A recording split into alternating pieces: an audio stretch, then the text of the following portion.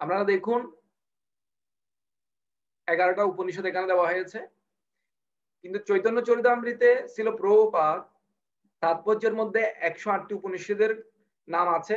আমাদের আছে এগুলো ডকুমেন্ট গুলো, কিন্তু এখানে 11টি উপনিষদের নাম দেওয়া হয়েছে। একটা হচ্ছে ঈশ উপনিষদ, কেন উপনিষদ, কোট উপনিষদ, প্রশ্ন উপনিষদ, মুন্ডক উপনিষদ, মান্ডক্য উপনিষদ, তত্ত্বেরীয় উপনিষদ, ঐতেরেয় উপনিষদ, চান্দোগ্য উপনিষদ এবং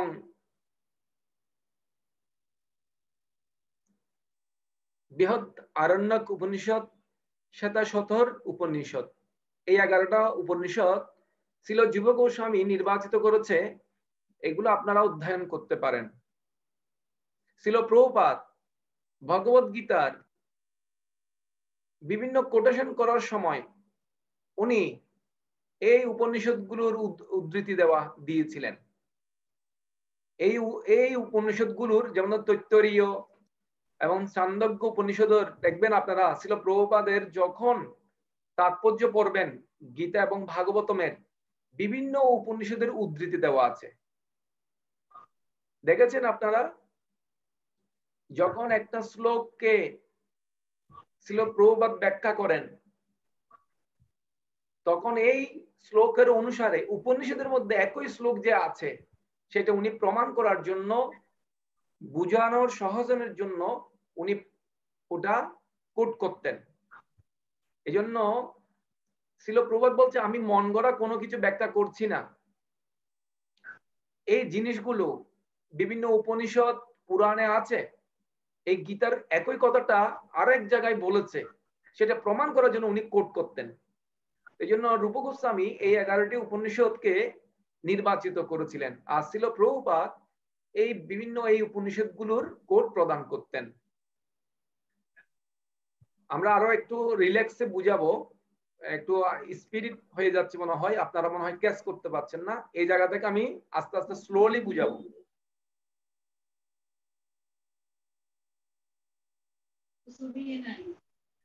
ঈশ উপনিষদ, আর আপনাদেরকে আমি একটা করে দিচ্ছি, সেটা হলো যে আপনারা মিউট করবেন না।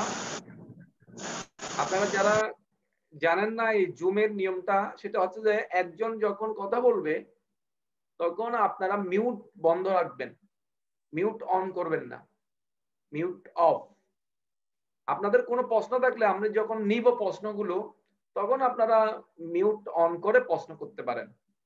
মিউট যদি অন করা থাকে কেউ ক্লিয়ারলি শুনতে পাবেন না। আমার কথাটা বুঝতে পারছেন? ঈশ উপনিষদ নিয়ে আমরা একটু চর্চা করি। দর্শন, দর্শন মানে কি? দৃষ্টি, দেখা বা দৃষ্টিভঙ্গি। অনেকে বলে না আপনার দর্শন কি? এখন আসুন দর্শন বিষয়ে আসুন। বেদান্ত দর্শনে বলা হয়েছে, প্রথম প্রশ্ন হচ্ছে এই জগতের সবকিছুর উৎস কি? এটা হচ্ছে বেদান্ত সূত্রেরও একটা প্রথম শ্লোক, জন্ম আদি ইয়স্য যতঃ। আপনাদের মনে আছে বেদান্ত সূত্র মানে কি? কোন একটা শ্লোকের অংশ, এই অংশটার ব্যাখ্যা অনেক হাজার হাজার হতে পারে। ঠিক এরকম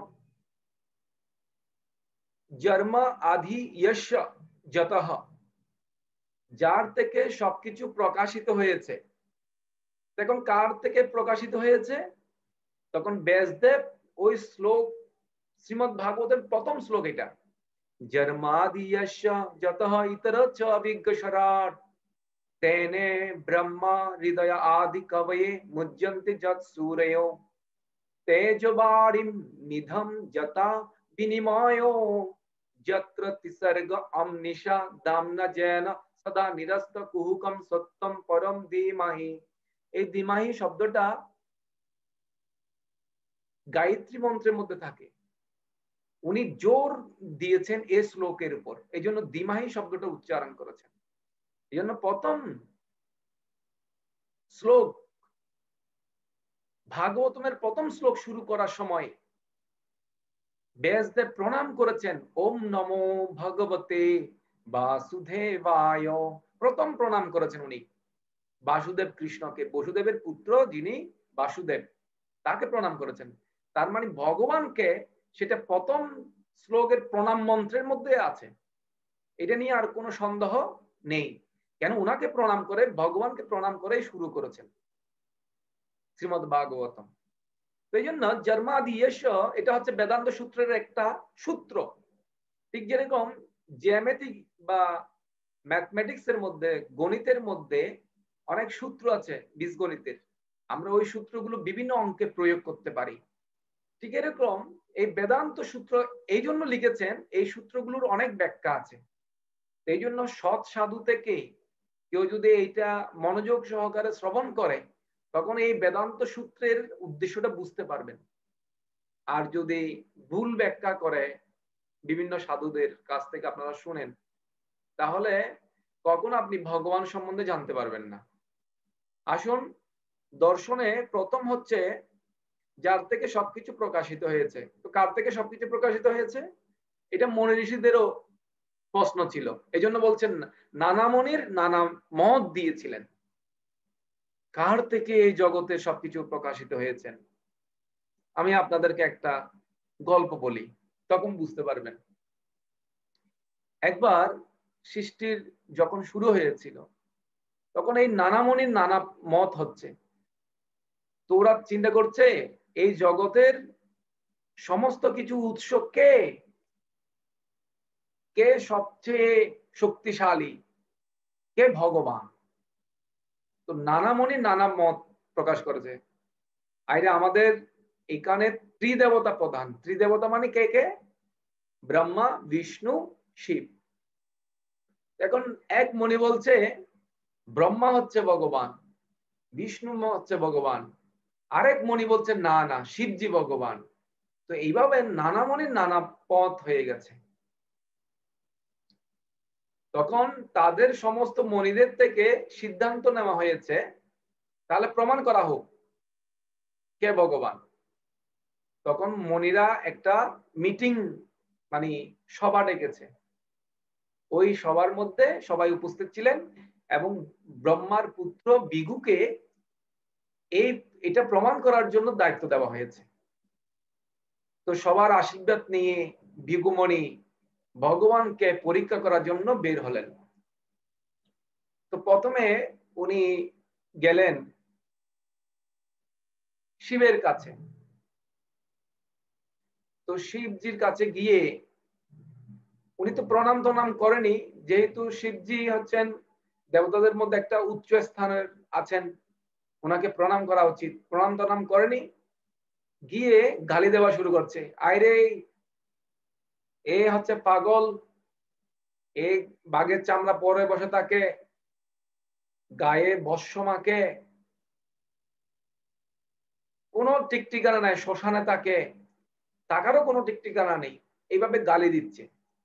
শিবজি উনি পরম বৈষ্ণব, যদিও উনি কি উদ্দেশ্যে আসছে সেটা বুঝতে পেরেছিল, কিন্তু ওনার স্বভাব অনুসারে উনি ক্রোধান্বিত হয়ে গেলেন। তুমি আমাকে পাগল বললে, এত বড় সাহস! তখন শিবজি কি করেছে, তার ত্রিশূল নিয়ে এই বিগুমণিকে তাড়া করেছিলেন। আর দৌড়তে দৌড়তে দৌড়তে দৌড়তে এসে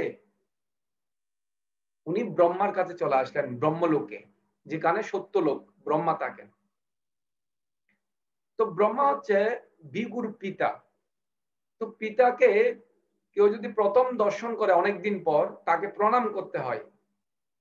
কিন্তু বিগুমণি কোনো প্রণাম টনাম করেনি এবং মুট করে আছেন। তো ব্রহ্মা বলছে এই কেমন ছেলে, আমাকে দেখে সে প্রণাম করেনি, শিষ্টাচার শিখেনি সে, কেন প্রণাম করেনি? এই জন্য ব্রহ্মার ক্রোধান্বিত হয়ে গেছে। তখন ব্রহ্মা ক্রোধান্বিত হয়ে গেলে, আরে এই ছেলেটার কোনো আক্কেল জ্ঞান নেই, এই শিষ্টাচার জানে না। তখন ক্রোধান্বিত হয়ে ওকে যখন মারতে আসলো, তখন ভৃগুমুনি ওখান থেকে পালালেন ব্রহ্মলোক থেকে। তো ব্রহ্মলোক থেকে পালিয়ে উনি ঊর্ধ্বগতি হলেন, মানে ঊর্ধ্ব দিকে চলে গেলেন। আর যেতে যেতে যেতে যেতে কৈলাসধাম পার হয়ে বৈকুণ্ঠ লোক চলে গেলেন। আর বৈকুণ্ঠ লোকে গিয়ে এখন দুইজনকে পরীক্ষা করা হয়ে গেল, শিবজিকে আর ব্রহ্মাজিকে। এখন শিবজি বিষ্ণুর ওখানে গিয়ে বৈকুণ্ঠ লোকে গিয়ে বিষ্ণুকে কোনো কিছু না বলে, বিষ্ণু যখন অনন্ত শেষের নাগের মধ্যে শুয়ে আছেন, আর ধপ করে গিয়ে বুকের মধ্যে একটা লাথি মারলেন। আর লাথি মেরে তখন ভগবান বিষ্ণু উনি বুঝতে পেরেছেন, উনি অন্তর্জামিন, উনি সবকিছু জানেন এই ভৃগুমুনি কি জন্য এসেছেন। তখন বিষ্ণু উঠে, হায় হায় আমার ভুল হয়ে গেছে, আমার এই বক্ষটা কত শক্ত, পাথরের মতো, পাথর সদৃশ্য হৃদয়, আর আপনি তপস্যা করে করে আপনার পুরো শরীরটা খুব নরম, সফট আপনার বডি, আমার মনে হয় আপনার পা ভেঙে গেল মনে হয়। হে মুনিবর, আপনার পাটা আমাকে দিন, আমি একটু মেসেজ করি, আপনি অনেক ব্যথা পেয়েছেন, আমার এই পাথরে আপনি আঘাত করেছেন। তখন এই ভগবান বিষ্ণুর কোনো ক্রোধ করেনি, কোনো রোষ করেনি, কোনো কিছু প্রতিক্রিয়া জানায়নি। তখন ভৃগুমুনি বুঝতে পেরেছিলেন ইনি হচ্ছেন ভগবান। ওনার কাছ থেকে উনি ক্ষমা চেয়ে নিয়েছেন, হে ভগবান, কে ভগবান এটা পরীক্ষা করার জন্য আমি এসেছিলাম। তো এই ক্ষেত্রে ভৃগুমুনির একটা অপরাধ হয়ে যায়, কারণ সে ভৃগুমুনি যেভাবে লাথি মেরেছিল ভগবানের বক্ষে, তো ভগবানের বক্ষের মধ্যে একটা চিহ্ন হয়ে যায়, ছোট করে একটা গর্তের মতো চিহ্ন হয়ে যায় ভৃগুমুনির চরণ। আর এটাকে বলা হয় শিবচ্ছ চিহ্ন, মানে শিবচ্ছ চিহ্ন দিয়ে ওই জায়গাটাকে ডেকে রাখা হয়। সেই জন্য যিনি ভগবান, বৈকুণ্ঠ লোকে সবাই হচ্ছে ভগবানের মতো দেখতে, তো যিনি ভগবান মানে প্রকৃত ভগবান, তার বক্ষের মধ্যে শিবচ্ছ চিহ্ন থাকবে। আর এর ফলে সীতা, লক্ষ্মী মাতা একটু ক্রোধান্বিত হয়েছিলেন এবং ভৃগুমুনিকে অভিশাপ প্রদান করেছিলেন। যাক, আমরা ওই গল্পের মধ্যে যাচ্ছি না, কিন্তু আমাদের দর্শন হচ্ছে যে সবকিছু কার থেকে প্রকাশিত হয়েছে, সেটা নানা মুনির নানা মত হয়েছিল, কিন্তু সেটা প্রমাণ করেছে কে? ভৃগুমুনি। ভৃগুমুনি প্রমাণ করলেন যে সবকিছুর উৎস হচ্ছে ভগবান বিষ্ণু থেকে। কেন? দেখেন, শিবজিকে গালি দিয়েছে, কিন্তু শিবজি ক্রোধান্বিত হয়ে গিয়েছিলেন। ব্রহ্মাকে প্রণাম না করার কারণে ব্রহ্মা ক্রোধান্বিত হয়েছেন। ব্রহ্মাকে প্রণাম করেনি এবং কিছু বলেনি, মৌনতা, মৌনও ছিল। মৌন মানে হচ্ছে মানসিকভাবে অপরাধ। আর গালি দিয়েছিল শিবকে, এটা হচ্ছে যে বাচিক অপরাধ। কিন্তু বিষ্ণুকে কি করেছিলেন? বিষ্ণুকে কোনো মৌনতা উনি প্রদর্শন করেননি, উনি গালিও দেননি, সরাসরি বুকের মধ্যে গিয়ে লাথি মেরেছিলেন।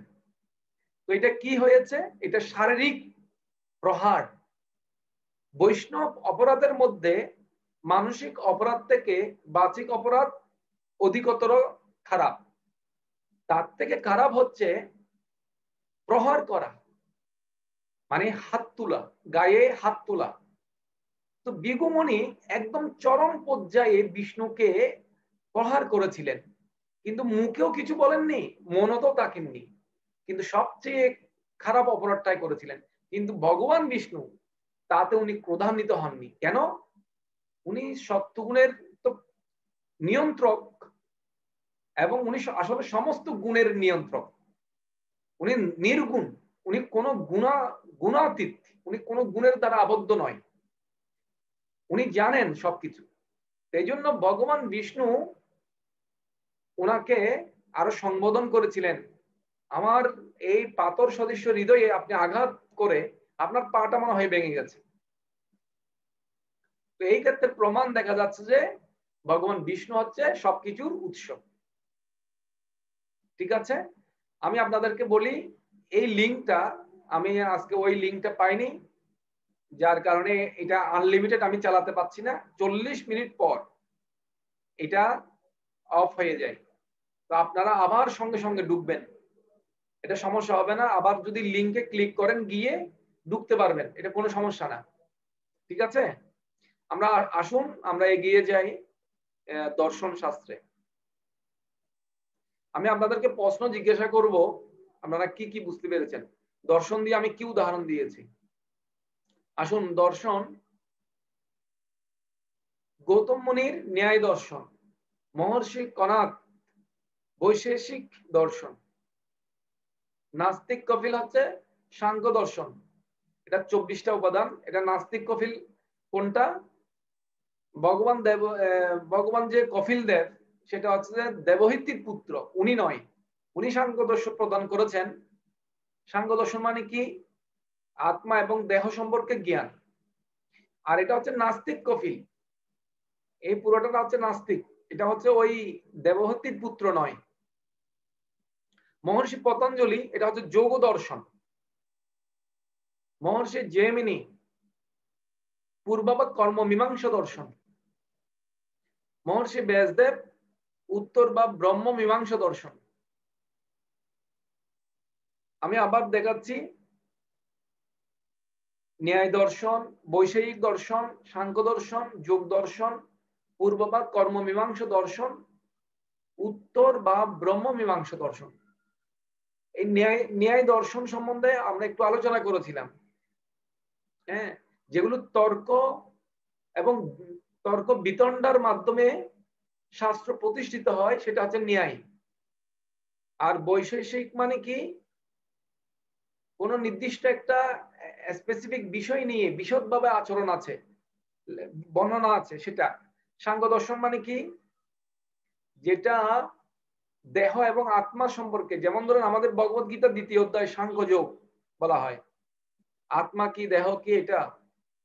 আর যোগ দর্শন মানে হচ্ছে যে যোগের উদ্দেশ্য হচ্ছে আসলে ভগবানের সাথে যুক্ত হওয়া। কিন্তু এখানে যে যোগের, কলিযুগে যে যোগ প্র্যাকটিস করা হয় সেটা নয়। এটা মহর্ষি পতঞ্জলি আমাদের কিভাবে অষ্টাঙ্গ যোগের মাধ্যমে আমাদের ইন্দ্রিয়গুলোকে সংযত করে করে আমরা ভগবানের দিকে চলে যাব, সেই যোগ দর্শন। হ্যাঁ, বুঝতে পারছেন? দেখুন এখানে ন্যায় দর্শন, ন্যায় দর্শনকে দেখুন,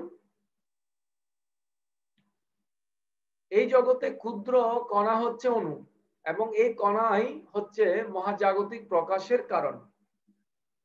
হ্যাঁ, ন্যায় দর্শনের এই বিষয়ে আলোচনা আছে।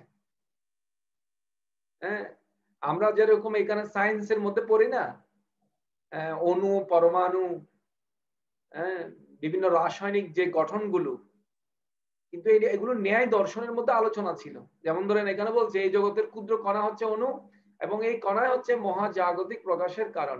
এটা ন্যায় দর্শনের মধ্যে আছে।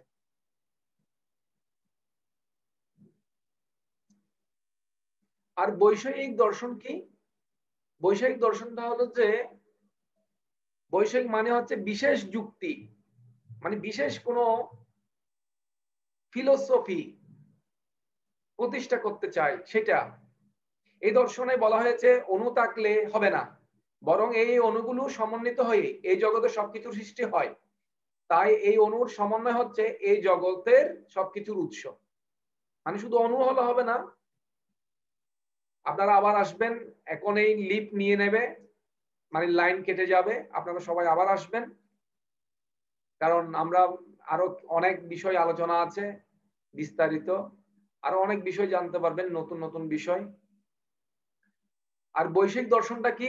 শুধু অণু হলে হবে না, সমষ্টিগত ভাবে হতে হবে।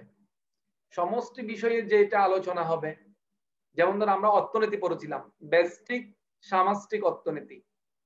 ব্যষ্টিক মানে একটা, যেমন ধরেন হাতি, তো নানা মনির নানা পথ। এখন অণুগুলোর সমষ্টি হচ্ছে বৈষয়িক চেতনা, বৈষয়িক এটা দর্শন সমষ্টি। এরপর কফিল, নাস্তিক কফিল বলছে সাংখ্যযোগ দর্শনে না না, এটা জড়া প্রকৃতি নিয়ন্ত্রণ করছে। জড়া প্রকৃতি কি করছে? নিয়ন্ত্রণ করছে। এই জন্য জড়া প্রকৃতি হচ্ছে মহাজাগতিক প্রকাশের কারণ। আবার যোগ দর্শন বলছে, যোগ দর্শনটা কে দিল? পতঞ্জলি। তো জড়া প্রকৃতি আপনা আপনি ভাবে কাজ করছে না, এই জড়া প্রকৃতিকে নিয়ন্ত্রণ করছে এক চেতন সত্তা। সেই চেতন সত্তাটি হচ্ছে নিরাকার। দেখেন, ও বলছে জড়া প্রকৃতি না, এখন জড়া প্রকৃতিকে নিয়ন্ত্রণ করছে একটা চেতন সত্তা, সেটা হচ্ছে নিরাকার। এটা হচ্ছে অষ্টাঙ্গ যোগ। এই অষ্টাঙ্গ যোগের মাধ্যমে নিরাকার ব্রহ্মের উপাসনা করে। যম, নিয়ম, আসন, প্রাণায়াম, প্রত্যাহার, ধ্যান, ধারণা, সমাধি, এগুলো হচ্ছে অষ্টাঙ্গ যোগ। এরপর পূর্ব মীমাংসা দর্শন, এটা কি? অনু, চেতন সত্তা, জড়া প্রকৃতি, এতগুলোর কি দরকার? ও বলতেছে নানা মনে নানা মত। দেখেন, পূর্ব মীমাংসা দর্শনে বলছে যে না না, অনু, চেতন সত্তা, জড়া প্রকৃতি, এগুলোর কি দরকার? আমরা যদি কর্ম করি তাহলে অটোমেটিক ফল পাবো। আমরা যদি কর্ম করি কি হবে?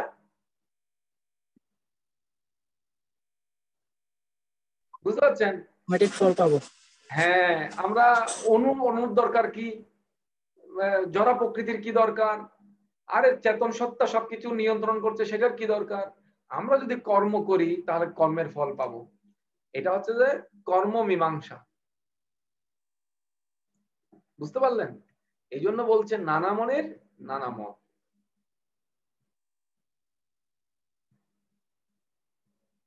এটা অটোমেটিক পাবো। বীজ বপন করলে গাছ উঠবে এবং ফল ধরবেই, এটাই প্রকৃতির নিয়ম এবং এটাই স্বাভাবিক। তার মানে উনি কর্মকে প্রাধান্য বেশি দিয়েছেন, এই জন্য বলছে পূর্ব মীমাংসা দর্শন।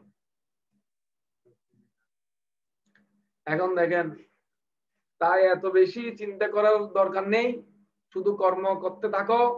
সকাম কর্মই হচ্ছে মহাজাগতিক প্রকাশের কারণ। এখন একজন বলছে, ভাই আরে কর্মই ধর্ম, সবকিছু কর্ম করে যাও, এটা ধর্ম হয়ে যাবে। আরে জড়া প্রকৃতি, ঈশ্বর, সবগুলো হচ্ছে কর্ম করলে হয়ে যায়। এটা হচ্ছে পূর্ব মীমাংসার দর্শন, এটা হচ্ছে বেদের দংশন। আপনি বেদ বুঝতে পারছেন একটু একটু এখন? মাথা, আমরা যদি প্রথম ক্লাস থেকে থাকতেন একটু একটু ধারণা হয়তো বা হতো, কিন্তু এটা আমরা আসলে একটা সামারি দিচ্ছি যে বেদ হচ্ছে সাগর, সাগর জ্ঞানের। আপনার না সবার মাথা কি হয়ে যাবে? এলোমেলো হয়ে যাবে। এটা জাস্ট সামারি বলছে, যে সামারি আকারে দেওয়া হচ্ছে। তো এই জন্য আমরা ফলের পাকা ফলটা খাবো। ওই এত বেদ টেদ নিয়ে বেশি কাটাকাটি করলে, ওই বেদ মানে হচ্ছে গাছ, একটা গাছ, ওই গাছের ছাল টাল চাবাতে চাবাতে আমাদের দাঁত পড়ে যাবে, তখন আমরা হবো বেদান্ত। আরে তুমি বেদ অন্ত করেছো, বেদ শেষ করেছো, এই জন্য বেদান্ত। বেদান্ত মানে দন্ত অন্ত হয়ে গেল, মানে দাঁত পড়ে গেছে, এটা হচ্ছে যোগ করা। বুঝতে পারছেন? তো এই জন্য অনেকে বলছে যে আমি ত্রিবেদ শেষ করেছি, যজুর্বেদ, অথর্ববেদ, সামবেদ। তখন ছিল প্রভুপাদের কাছে এরকম ত্রিবেদী একজন আসছিল, বলছে আপনি তিনটা বেদ শেষ করেছেন, আপনি পরম সত্য কে এটা কি আপনি জানেন? বলছে পরম সত্য, এটা তো ব্যাখ্যা করা খুব মুশকিল। আরে বিশাল ব্যাখ্যা, আমি এত অল্প ব্যাখ্যা দিয়ে কিভাবে পরম সত্যকে ব্যাখ্যা করব? তখন প্রভুপাদ, মাঠের মধ্যে একটা মেয়ে খেলছিল, ছোট মেয়ে, ওর নাম হচ্ছে সরস্বতী। এই সরস্বতী, এদিকে আসতো, বলো পরম সত্য পরমেশ্বর ভগবান তার নাম কি? তখন সরস্বতী বলল, পরমেশ্বর ভগবান শ্রীকৃষ্ণ। এই তখন ওকে বলছে তুমি ভেরি গুড, একটা লাড্ডু খাও। এখন একটা লাড্ডু দিল, তুমি এখন খেলতে যাও। তখন ত্রিবেদীকে বললেন প্রভুপাদ, আইরে আপনি তিনটা বেদ শেষ করলেন, ত্রিবেদী হলেন, কিন্তু পরম সত্যকে, সবকিছুর উৎস থেকে হলো, সেই কার থেকে হলো তার বিষয়ে আপনি জানেন না। ভগবানের নামটা পর্যন্ত আপনি জানেন না। আপনি আপনার বাবার নাম জানেন না। বাবার নাম না জানলে কি হবে? বাবার নাম যদি না জানে কি বলবে? কার ছেলে বলবে? কাউকে যদি কোন একটা ভর্তি ফর্মে লিখতে হচ্ছে তোমার বাবার নাম কি, ও বলছে আমার বাবার নাম আমি জানি না, কার ছেলে বলবে বলুন তো? হ্যাঁ, তো এই ছোট্ট মেয়ে সরস্বতী পরমেশ্বর ভগবান সম্বন্ধে জানে, তার নাম জানে, আর আপনি 3টে বেদ শেষ করে জানেন না? হায় হায় হায়। এই জন্য কর্মই ধর্ম অনেকে বলে, আসলে কর্মই ধর্ম নাই, ধর্মই কর্ম। আরেকটা হচ্ছে উত্তর মীমাংসা বা ব্রহ্ম বা বেদান্ত দর্শন। এটা কি? এর দুটি ভাগ রয়েছে। নিরাকার ব্রহ্মই হচ্ছে মহাজাগতিক প্রকাশের উৎস, আর অন্যটি হচ্ছে ভগবান শ্রী বিষ্ণুই হচ্ছে এই মহাজাগতিক প্রকাশের উৎস। হ্যাঁ, একটা হচ্ছে নিরাকার ব্রহ্মই সবকিছুর উৎস, এটা 2টা ভাগ দিয়েছে উনি ব্রহ্ম বা বেদান্ত দর্শনে। আর একটা ভগবান বিষ্ণু হচ্ছে মহাজাগতিক উৎস, 2টা দিয়েছেন। এখন চৈতন্য চরিতামৃতে চৈতন্য মহাপ্রভু কি বলেছে সেটা আমরা দেখব। কেমন? হরে কৃষ্ণ। কারা কারা লিপ নিয়েছেন? কারা কারা আছেন দেখি আমি। অনেকেই এই কঠিন তথ্য বুঝতে পারতেছে না মনে হয়, অথবা নেটের প্রবলেমের কারণে লিপ নিচ্ছে। ধৈর্য ধারণ করলে আস্তে আস্তে বুঝে যাবে। একদিন শুনতে শুনতে শুনতে শুনতে একদিন এমন হয়ে যাবে আপনি সব বুঝতে পারতেছেন। কিন্তু যদি আপনি না শুনেন, বুঝেন আর না বুঝেন, শুনতে থাকুন শ্রদ্ধা সহকারে, তাহলে একদিন বুঝে যাবেন সবকিছু। কেউ এই জগতে তো বুঝে আসে না। হরে কৃষ্ণ প্রভু, আপনার নেট কম পাচ্ছে। বুঝে নাই? আপনার নেট কম পাচ্ছে প্রভু। আপনার নেট কম পাচ্ছে প্রভু, কথা বোঝা যাচ্ছে না আপনার। আমার কথা আপনি বুঝতে পারছেন না? আচ্ছা, আমার কথা বোঝা যাচ্ছে কার কার বলেন তো দেখি, কে কে বুঝতে পারছেন? দেখি নেট কোথায় প্রবলেম হচ্ছে, আমার এখানে নাকি আপনাদের এখানে? প্রভু মাঝে মাঝে আপনারটা কেটে যাচ্ছে, মাঝে মাঝে বোঝা যাচ্ছে না। ও কৃষ্ণ। হরে কৃষ্ণ প্রভু। প্রভু হরে কৃষ্ণ। প্রভু মানে নেটের সমস্যা, প্রভু নেটের সমস্যা হচ্ছে, সাউন্ড মানে ইয়ে করতেছে আর কি, আসতেছে না ক্লিয়ার। ও নেটের কারণে। আসলে কি করব, যন্ত্র তো যন্ত্রণা দেবে, যন্ত্র সব সময় আমাদের যন্ত্রণা দিচ্ছে। এখন যন্ত্রের যুগ। তারপরে শুনতেছি ভালোই শোনা যাচ্ছে, মাঝে মাঝে ডিস্টার্ব হচ্ছে নেটের জন্য, তাও ভালোই শোনা যাচ্ছে প্রভু। হরে কৃষ্ণ। হরে কৃষ্ণ, ধন্যবাদ। এখন আসুন, চৈতন্য মহাপ্রভু আমাদেরকে এই দর্শন সম্বন্ধে কি বলেছে দেখেন।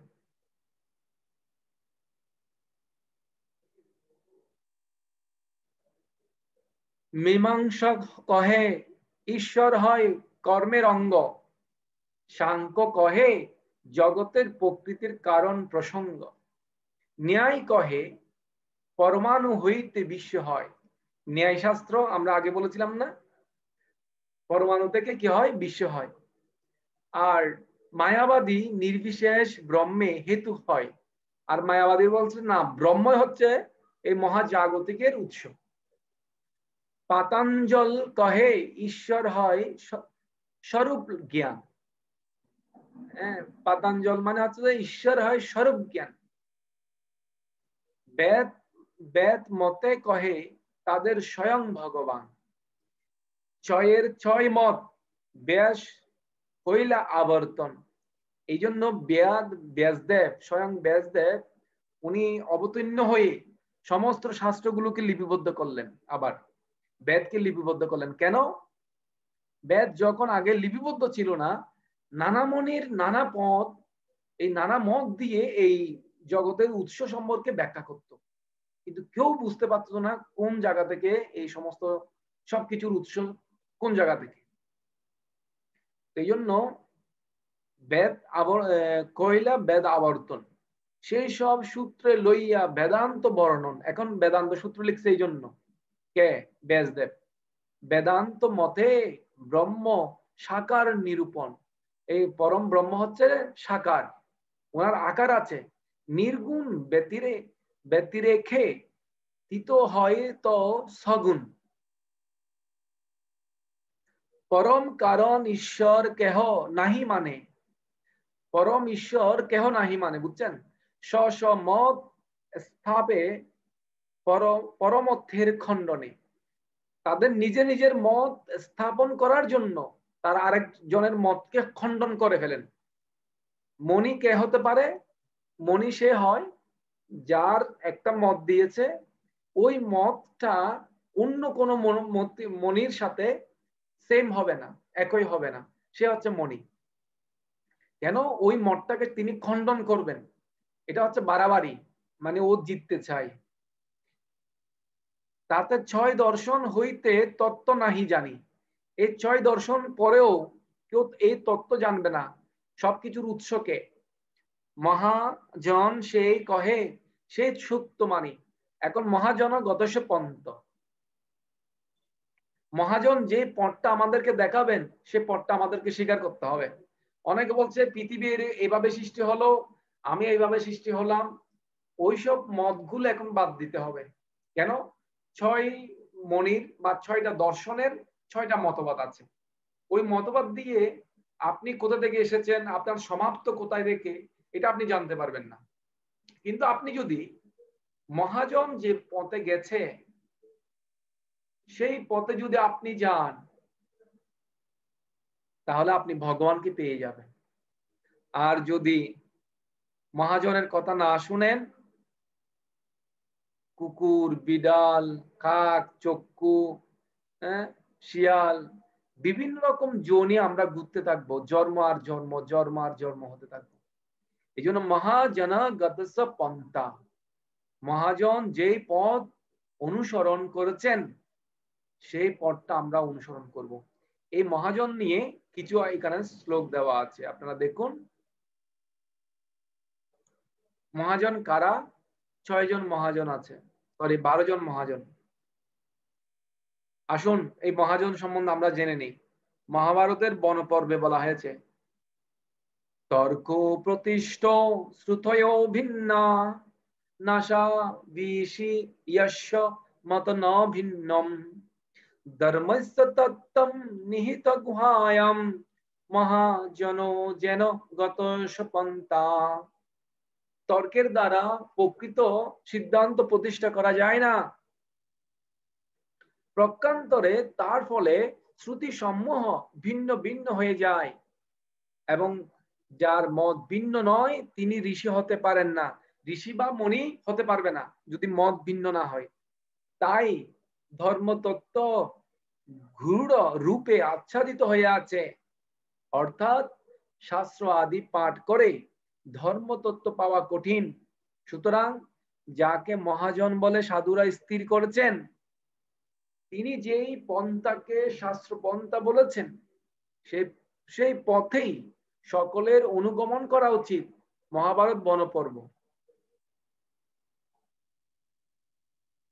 মহাজন কে কে? 12 জন মহাজন। আসুন আমরা জেনে নিই।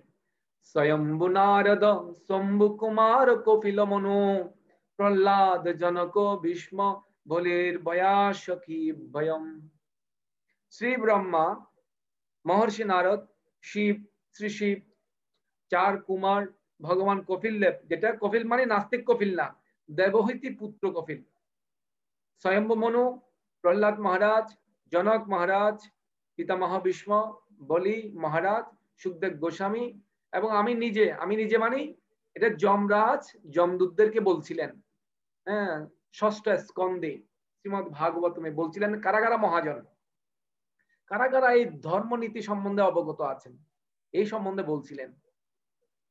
তো হে ভক্তগণ, আপনারা যদি মহাজনের পথ অনুসরণ না করেন তাহলে বিফলে যাবেন।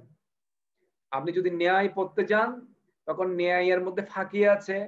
চৈতন্য মহাপ্রভু অনেক লীলা করেছেন এই ন্যায়ের ফাঁকি। আজকে ন্যায়ের ফাঁকি নিব, মুকুন্দের সাথে অনেক লীলা বিলাস করেছেন। তো ন্যায় পড়লে আপনার আত্মাটাকে আত্মার সাথে অন্যায় হয়ে যাবে। এই জন্য ন্যায় পড়ো, আপনি ন্যায় পাবেন না। আর আপনি বেদান্ত যদি পড়েন, বেশি পড়তে যান বেদ বা বেদান্ত, তাহলে আপনার দন্ত অন্ত হয়ে যাবে, আপনার দাঁত পড়ে যাবে, কিন্তু আপনি ভগবানকে লাভ করতে পারবেন না, দন্ত অন্ত হয়ে যাবে। কিন্তু মহাজন যে পথ দিয়ে ভগবানকে লাভ করেছে, সেই মহাজনের পথ অনুসরণ করতে হবে। মহাজন কয়জন আপনারা বলুন? ভক্তগণ আপনারাই বলুন মহাজন কয়জন? মহাজন কয়জন? হরে কৃষ্ণ প্রভু। 12 জন। এই মহাজনের কথা কারা কারা জানে? এই ধর্মের কথা 12 জন মহাজনেরা জানে। আপনি নানা মণি নানা ঋষির কথা যদি শুনতে চান, অনেকে বলে এই মণি করেছে, এই সাধু এটা বলেছে, ক্রিয়াদি করতে হবে এরকম, পূজা করতে হবে এরকম। আপনার মাথাটা পাগল করে দেবে, আপনার সব অর্থগুলো নিয়ে ফেলবে। কলিযুগে সব সিটিং বাট পারে হচ্ছে ধর্ম নিয়ে, যত পারে ধর্ম। হ্যাঁ, ধর্মের মর্ম কথা কেউ বুঝতে না পারে। এই জন্য মহাজনের পথ আমাদেরকে অনুসরণ করতে হবে। আর এটা যমরাজ যমদূতদেরকে এই কথাগুলো বলেছিলেন। তর্কের মাধ্যমে প্রতিষ্ঠা করা যাবে না ধর্মকে। তর্ক প্রতিষ্ঠাম, তর্ক দ্বারা প্রতিষ্ঠা করা যাবে না। ধর্ম তত্ত্ব গুহায়ম, ধর্মতত্ত্ব, এই ধর্মতত্ত্ব অত্যন্ত গূঢ় তত্ত্ব। পরমেশ্বর ভগবান কে এটা জানাটা এত সহজ কথা নয়। আসলে আমরা মনে করছি যে খুব সহজ ভগবানকে জানা। আরে ভগবানকে কে জানে এই জগতে? অনেকেই শিবজিকে ভগবান মানে, ব্রহ্মাকে ভগবান মানে, কিন্তু যিনি ভগবান ব্রহ্মা আদি ধ্যানে নাহি তারে পায়। আরে শিবজি ধ্যান করে, ব্রহ্মাজি ধ্যান করে ভগবান কৃষ্ণকে তারা ধ্যানে পর্যন্ত লাভ করতে পারে না। বুঝতে পারছেন? আসুন আমরা মহাজনের পথ অনুসরণ করি। 12 জন মহাজন আছেন, 12 মহাজন। ভীষ্মদেব, নারদ মুনি, জনক রাজা, এরা সবাই হচ্ছে মহাজন। বুঝছেন? বলি মহারাজ, প্রহ্লাদ মহারাজ দৈত্যকুলে জন্মগ্রহণ করেছেন। মহাজন হতে গেলে যে শুধুমাত্র মনুষ্য কুলে জন্মগ্রহণ করতে হবে তা না। আমাদের যমরাজ, আমরা তো অন্ততপক্ষে যমরাজের নাম শুনলে ভয় পাই না, কিন্তু উনি একজন মহাজন। উনি ধর্ম সম্বন্ধে ভালো জানেন। উনি কোন নিরপরাধ জীবকে শাস্তি দেওয়ার জন্য নিয়ে যাবেন না। যার কণ্ঠের কণ্ঠিমালা নেই, তিলক পরে না, হরিনাম কোনোদিন করেনি, একাদশী ব্রত রাখিনি, প্রসাদ খায় না, প্রসাদ আস্বাদন করেন, তাদেরকে যমরাজ নিয়ে যায় জমালয়ে। যারা কণ্ঠিমালা ধারণ করে, যারা তিলক ধারণ করে, যারা ভগবানের প্রসাদ আস্বাদন করে, তাদেরকে যমরাজ কখনো স্পর্শ করবে না, কারণ উনি মহাজন। আসুন বেদান্ত সূত্র সম্বন্ধে আরেকটু জেনে নিই। চৈতির দর্শন অধ্যয়নের পর ব্যাসদেব সব দর্শনকে সম্পূর্ণরূপে সারাংশ করেছেন। তার বেদান্ত সূত্র দর্শনে পরম সত্য হচ্ছেন পরমেশ্বর ভগবান, যিনি সর্বকারণের আদি কারণ। সমস্ত কারণের আদি কারণ কে? ব্রহ্মাজি ব্রহ্মসংহিতায় বলেছে না, ঈশ্বর পরমা কৃষ্ণ সচ্চিদানন্দ বিগ্রহ, ঈশ্বর পরমা কৃষ্ণ সচ্চিদানন্দ। 3000 দিব এর আবার কমাবে বলে তারা কি কোনো কষ্ট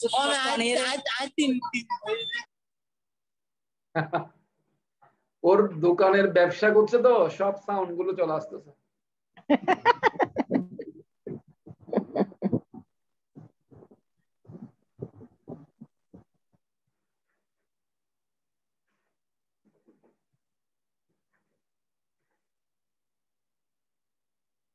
এটা একজনে পড়ুন তো দেখি, বল।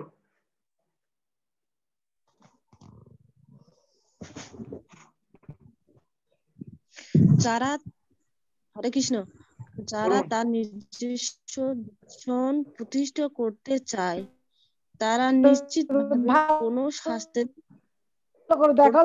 ভাষ্যের আমি পড়ি ভাষ্যের নীতি। হরে কৃষ্ণ। আপনি পড়বেন?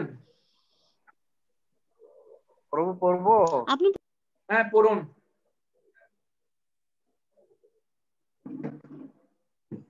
মনীন্দ্রবাবু পড়ুন। যারা দর্শন প্রতিষ্ঠা করতে চায় তারা নিশ্চিতভাবে কোনো শাস্ত্রের প্রত্যক্ষ ভাষ্যের নীতি অনুসারে ব্যাখ্যা করে না। ব্রহ্ম মীমাংসক দার্শনিক পর্যন্ত 6 প্রকার দার্শনিকেরা কেউই পরম পুরুষোত্তম ভগবানের ধার ধারে না, যিনি সর্বকারণের পরম কারণ। তারা সর্বদা অন্যের যুক্তি খণ্ডন করে নিজের মতবাদ স্থাপনে ব্যস্ত। শ্রীল ব্যাসদেব বেদান্ত সূত্র রচনা করেছেন এবং সমগ্র বৈদিক সাহিত্যের সার গ্রহণ করে পরম পুরুষোত্তম ভগবানের শ্রেষ্ঠত্ব প্রতিষ্ঠা করেছেন। প্রভু হরে কৃষ্ণ। ধন্যবাদ প্রভু।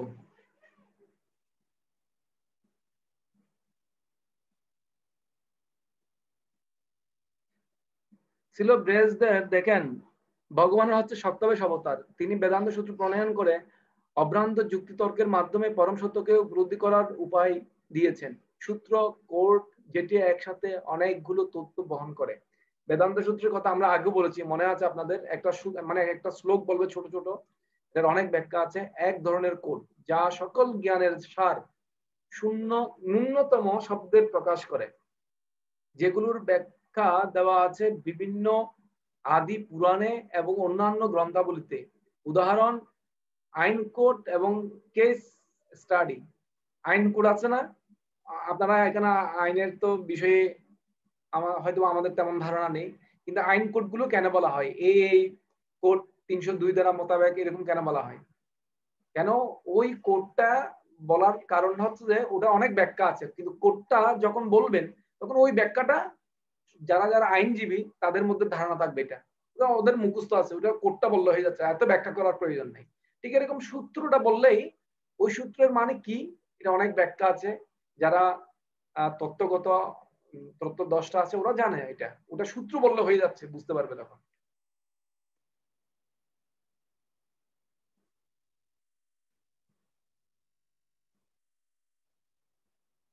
অর্থাৎ ব্রহ্ম জিজ্ঞাসা, এটা আমরা আগের সপ্তাহে আমরা আলোচনা করেছিলাম। কি ধরনের জিজ্ঞাসা? শ্রোতা এবং বক্তার যোগ্যতা, কি ধরনের প্রশ্ন জিজ্ঞাসা করা হবে। যেমন ধরেন শিষ্যের যোগ্যতা কি, শিষ্য কি কোন ধরনের প্রশ্ন করবে গুরুদেবকে। যেমন ধরেন পরীক্ষিত মহারাজ শিল সুখদেব গোস্বামীকে জিজ্ঞাসা করেছিলেন। হ্যাঁ, প্রথম প্রশ্ন করেছিলেন যে মৃত্যু পথযাত্রীর, বুঝতে পারছেন, সমস্ত মনি ঋষিদের উনি প্রশ্ন করেছিলেন ব্যক্তির কি করা উচিত। এরপরে উনি সুখদেব গোস্বামী 6টা, বিশেষ করে শ্রীমদ ভাগবত প্রথম স্কন্ধে 6টা প্রশ্ন করেছিলেন এবং এই 6টা প্রশ্নের উত্তর অনেকভাবে উনি ব্যাখ্যা করেছেন সুখদেব গোস্বামী। এরপর বিদুর মৈত্রী ঋষিকে প্রশ্ন করেছিলেন ধর্ম সম্বন্ধে, উনিও ওনার ব্যাখ্যাগুলো আমরা 3য় স্কন্ধে ভাগবতমে আছে। এরপর জন্ম আদি যত ভগবানে এই মহাজাগতিক প্রকাশে সবকিছু উৎস ভগবান। এখন ভগবান কে? ভগবান হচ্ছে শ্রীকৃষ্ণ, কিন্তু এই ব্যাখ্যা দেওয়া আছে ভাগবতমে দেওয়া আছে বেদান্ত সূত্রের। বেদান্ত সূত্রের বিভিন্ন নাম রয়েছে, যেমন ব্রহ্মসূত্র, শারীরিক সূত্র, ব্যাস সূত্র, ভাদরায়ণ সূত্র, উত্তর মীমাংসা, বেদান্ত দর্শন ইত্যাদি। এগুলো হচ্ছে বেদান্ত সূত্রের নাম। ঠিক আছে, 6টা নাম। বেদান্ত সূত্রের 4টি অধ্যায় রয়েছে। এই 4টি অধ্যায় 3টি ভাগে বিভক্ত: সম্বন্ধ, অভিধেয় এবং প্রয়োজন। আমি আবার বলি, আপনি বেদ পড়েছেন পুরা বেদটা, কিন্তু বেদ পরে যদি সম্বন্ধ, অভিধেয়, প্রয়োজন যদি না জানেন, যেমন ধরেন আপনি লেখাপড়া করবেন, তো লেখাপড়ার সাথে আপনার একটা সম্পর্ক থাকতে হবে। আর লেখাপড়াটা কেন করবেন সেটার একটা উদ্দেশ্য থাকতে হবে। যে কোনো কাজ করবেন 3টা জিনিস: সম্বন্ধ, অভিধেয়, প্রয়োজন। আপনি ভগবানকে ডাকবেন, আমি আগে ভগবানের সাথে আপনার একটা সম্পর্ক থাকতে হবে। কেন ডাকবো? এই জন্য হচ্ছে সম্বন্ধ, অভিধেয়, প্রয়োজন। তো বেদেরও 3টা জিনিস আছে: সম্বন্ধ, অভিধেয়, প্রয়োজন। সম্বন্ধ মানে কি? আমি কে? ভগবানকে।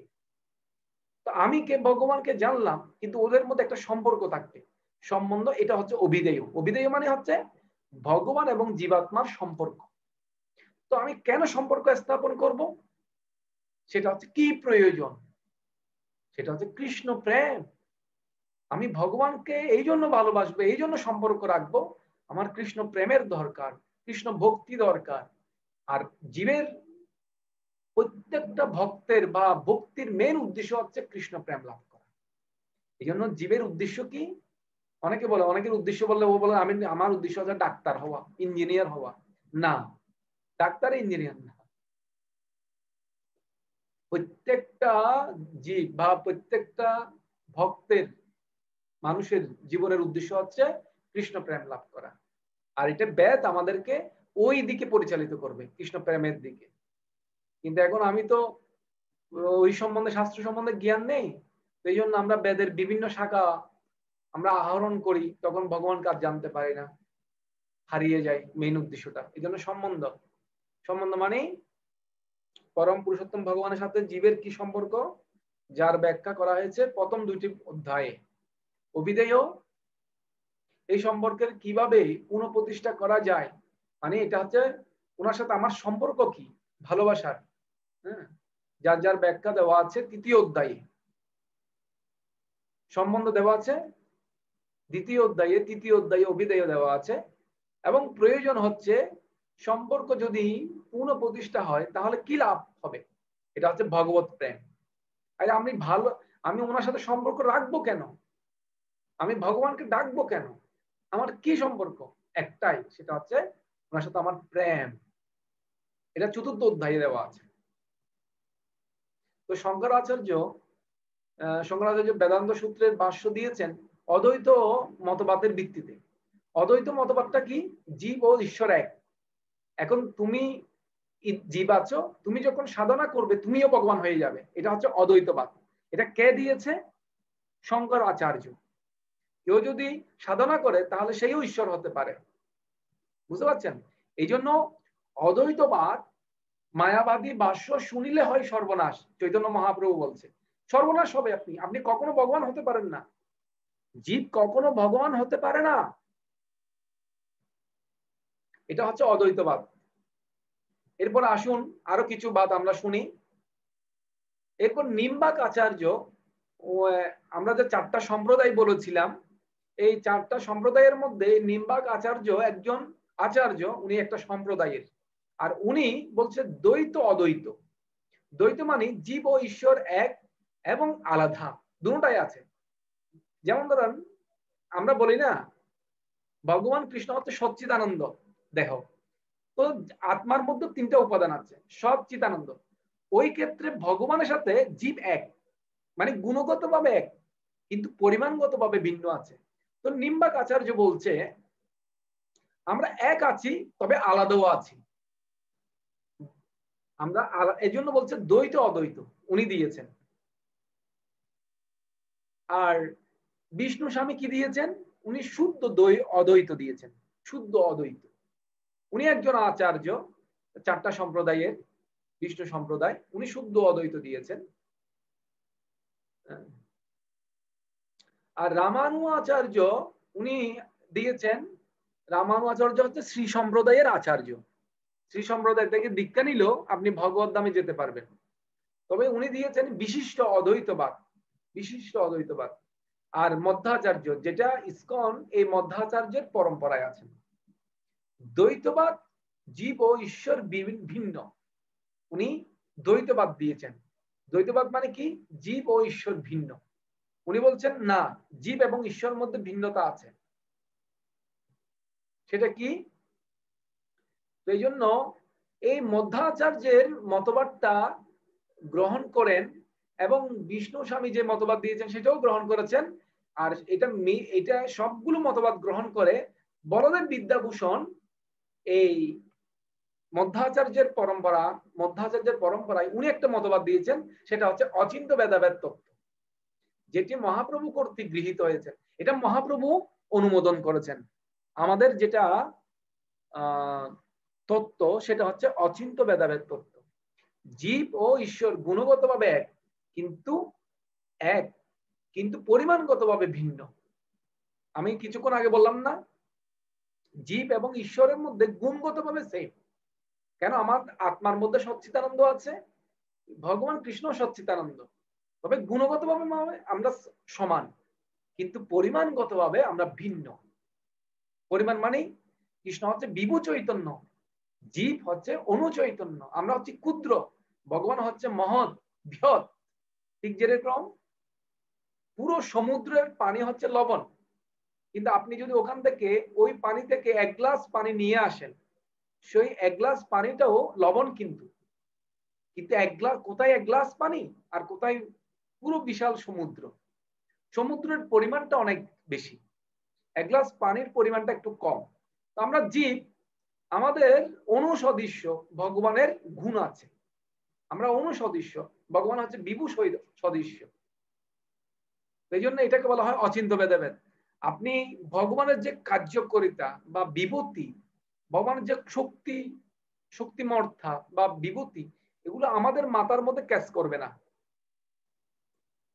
এই জন্য অচিন্ত ভেদাভেদ। যেমন শ্রীমদ ভাগবতম আছে, চিত্রকেতু মহারাজ 1 কোটি বিয়ে করেছে। আচ্ছা, কোন রাজা 1 কোটি বিয়ে করতে পারে? 1 কোটি দিন যদি কোন একটা বউয়ের সাথে যদি উনি দেখা করতে যান, 1 কোটি দিন লাগবে। 1 কোটি দিন মানে কত বছর? তো কল্পনা করা যায় না। তো কিছু কিছু শাস্ত্রের তত্ত্ব আছে আমার মাথায় চিন্তা করা যাবে না, এই জন্য অচিন্ত ভেদাভেদ তত্ত্ব আমাদের। আমরা যেটা গ্রহণ করেছি, যেটা আমরা পালন করি, সেটা হচ্ছে অচিন্ত ভেদাভেদ তত্ত্ব, যেটা বলদেব বিদ্যাভূষণ আচার্য দিয়েছিলেন। ঠিক আছে, আমি আর আপনাদের সাথে বেশিক্ষণ বলবো না, এটা চলে যাবে, কারণ আমার লিঙ্ক 40 মিনিট শেষ হয়ে যাচ্ছে। পুরাণ রচিত হয়েছে বিভিন্ন গ্রহের সংগঠিত ঐতিহাসিক ঘটনা থেকে, যেগুলো 4 বেদের শিক্ষাগুলোকে ব্যাখ্যা করে পুরাণ। এই জন্য পঞ্চবেদ হচ্ছে, পঞ্চবেদ কোনটা কোনটা আমি আগেও বলেছি, পঞ্চবেদ হচ্ছে পুরাণ এবং মহাভারত, পঞ্চবেদ। ব্যাসদেবের কৃপায় অধপতিত জীবদের প্রতি করুণা পরায়ণ হয়ে শ্রী ব্যাসদেব বেদের সম্পূরক অংশ হিসেবে পুরাণ সংকলিত করেছেন, যা বিভিন্ন স্তরের মানুষদের মাঝে বেদের শিক্ষাকে সহজভাবে তুলে ধরে। হ্যাঁ, সহজভাবে তুলে ধরেছেন উনি। এই জন্য রাজসিক, তামসিক, সাত্ত্বিক পুরাণ আছে, রাজসিক পুরাণ আছে, তামসিক পুরাণ আছে, বুঝছেন? 18টা পুরাণের মধ্যে 6টা রাজসিক পুরাণ, 6টা তামসিক পুরাণ, 6টা সাত্ত্বিক পুরাণ আছে। তা এখন আপনি সাত্ত্বিক পুরাণ, যেগুলো বিষ্ণুর কথা, রামের কথা, উপাসনার কথা লেখা আছে, যেমন ধরেন পদ্ম পুরাণ, বরাহ পুরাণ, বিষ্ণু পুরাণ, গরুড় পুরাণ, নারদ পুরাণ, ভাগবত পুরাণ, এগুলো সাত্ত্বিক পুরাণ। সেখানে ভগবান বিষ্ণুর কাহিনী এবং ভগবান বিষ্ণুকে লাভ করেছে যে এই সমস্ত বিষয় নিয়ে আলোচনা করা আছে। এখন আপনি যদি বলেন রাজসিক পুরাণগুলোর কতগুলো উদ্ধৃতি দিয়ে বলেন না না এখানে ইয়ার কথা আছে, বলির কথা আছে, এগুলো তামসিক পুরাণে লেখা আছে। কিন্তু যিনি ভগবানের ভক্ত হবেন উনি কখনো জীব হত্যা করবেন না। তো এরকম রাজসিক পুরাণ আছে, বিভিন্ন ফল লাভের জন্য বিভিন্ন দেব দেবীকে উপাসনা করা হয়। যেমন ধরেন ব্রহ্মাণ্ড পুরাণ, ব্রহ্ম বৈবর্ত পুরাণ, ভবিষ্যৎ পুরাণ, বামন পুরাণ, মার্কণ্ডেয় পুরাণ, ব্রহ্ম বৈবর্ত পুরাণ। তামসিক পুরাণ হচ্ছে যে যেগুলো শিব পুরাণ, লিঙ্গ পুরাণ, মৎস্য পুরাণ, কুর্ম পুরাণ, স্কন্দ পুরাণ এবং লিঙ্গ পুরাণ। বুঝতে পারছেন? এটা তামসিক ব্যক্তিদের জন্য। হ্যাঁ।